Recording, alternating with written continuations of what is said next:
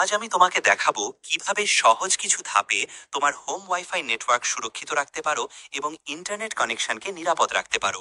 শুরু করার জন্য তোমার রাউটারের কাছে থাকতে হবে।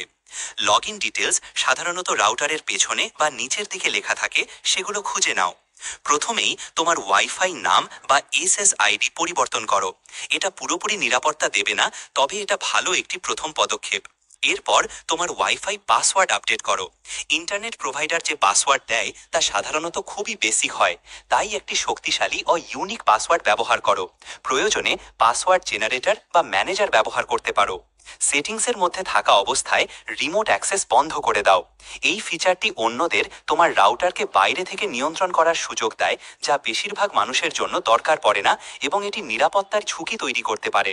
যদি তোমার বাসায় অতিথি বেশি আসে, তাহলে তাদের জন্য আলাদা একটি ওয়াইফাই নেটওয়ার্ক তৈরি করা সবচেয়ে ভালো।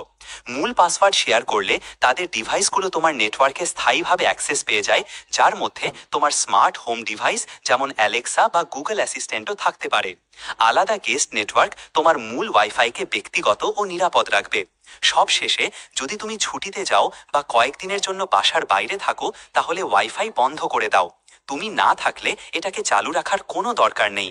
এতে হ্যাকারদের তোমার নেটওয়ার্কে ঢোকার সুযোগ বেড়ে যায়। এই সহজ ধাপগুলো মেনে চললে তোমার হোম ওয়াইফাই সুরক্ষিত থাকবে এবং ব্যক্তিগত ডেটাও নিরাপদ থাকবে।